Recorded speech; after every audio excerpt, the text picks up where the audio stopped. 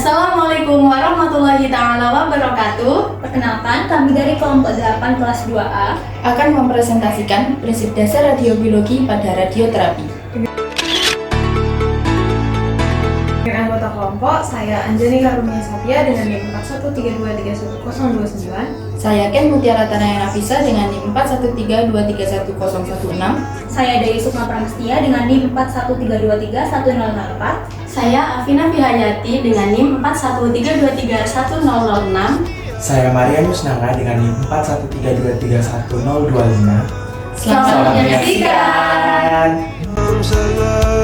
Baik, yang pertama adalah pengantar radiobiologi dalam radioterapi. Radiobiologi dalam radioterapi adalah bidang yang mempelajari efek biologis dari radiasi, dalam hal ini radiasi anion yaitu gamma maupun sinar X pada sel dan jaringan dengan tujuan untuk yang pertama mengoptimalkan pengobatan kanker, menghancurkan sel-sel tumor, melindungi jaringan sehat dan mengendalikan mikrometastasis. Sebanyak 60 hingga 65% pasien kanker itu membutuhkan radioterapi baik sebagai pengobatan utama ataupun dibarengi dengan operasi maupun kemoterapi. Prinsip dasar radioterapi melibatkan penargetan tumor, mikrometastasis, serta pemahaman respon kompleks sel tumor terhadap radiasi dengan penerapan dosis fraksional. Dosis fraksional ini adalah dosis yang digunakan untuk meminimalisir kerusakan pada sel sehat dan memungkinkan mereka untuk memperbaiki diri pada sesi radiasi. Selanjutnya, mekanisme kematian sel dalam radioterapi. Dengan kemampuannya mengionisasi dan mengeksitasi inti atom sel, radiasi dapat menyebabkan kerusakan sel dan target utamanya adalah kerusakan DNA. Di mana kerusakan DNA ini terjadi dalam dua tipe, yaitu secara langsung dan tidak secara langsung. Untuk yang pertama, kerusakan DNA secara langsung jika radiasi pengion ini langsung mengenai DNA. Sepertiga kerusakan biologi akibat sinar X dan sinar gamma disebabkan oleh efek langsung, dan efek langsung ini lebih dominan pada radiasi LED tinggi. Adapun kerusakan DNA secara tidak langsung itu melalui pembentukan radikal bebas atau atom dengan elektron tidak berpasangan dan mempunyai efek sangat merusak pada DNA. Kemudian selanjutnya ada pengobatan radioterapi. Nah, pengobatan radioterapi ini kita menggunakan metode vaksinasi. Nah, metode vaksinasi ini adalah dosis total yang diberikan kepada pasien dengan jumlah tertentu. Nah, kisaran untuk dosis yang diberikan antara 1,8 sampai 3 gray setiap harinya. Kemudian untuk contoh pemberian dosis pada vaksinasi, yaitu pada seorang pasien yang memerlukan dosis sebesar 60 gray. Nah, diberikan pasien untuk setiap harinya adalah 2 gray.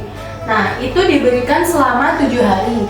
Namun, pada pemeriksaan yang dilakukan pasti ada hari libur dan itu tidak dilakukan pemberian dosis tersebut.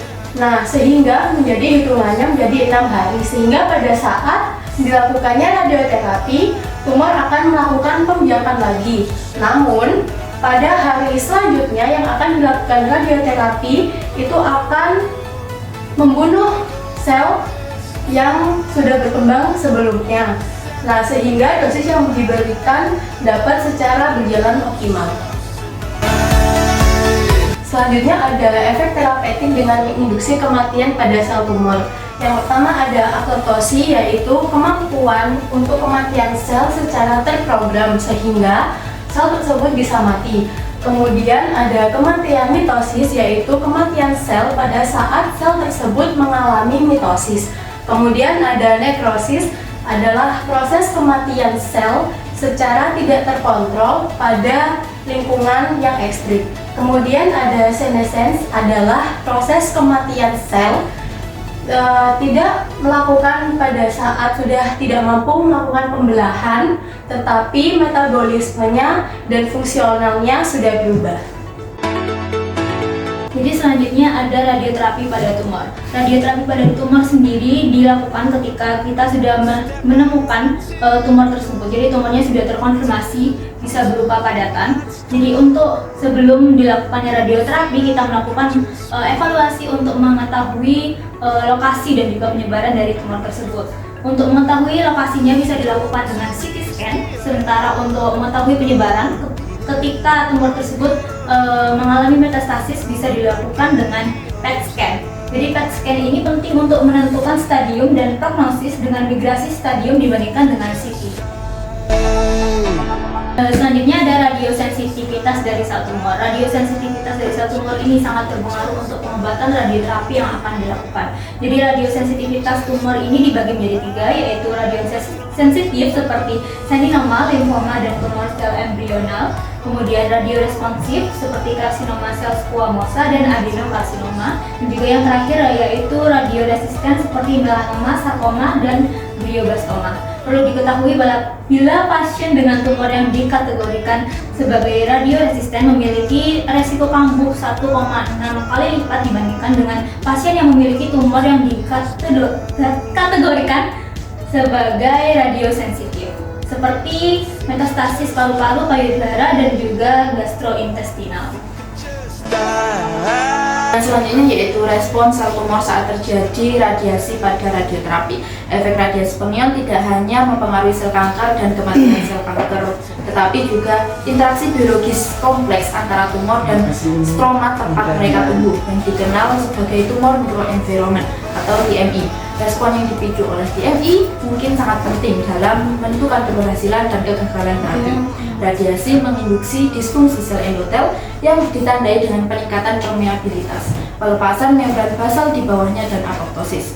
Dengan demikian, disfungsi sel endotel dan apoptosis yang disebabkan oleh radiasi berkontribusi terhadap peradangan dan fibrosis pasca radiasi.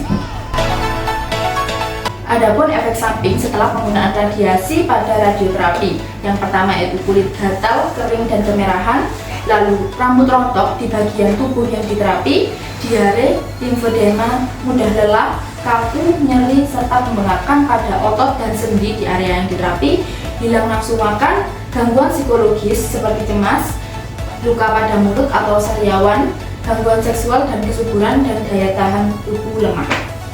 Sekian presentasi dari kelompok kami. Mohon maaf apabila ada salah kata. Terima kasih.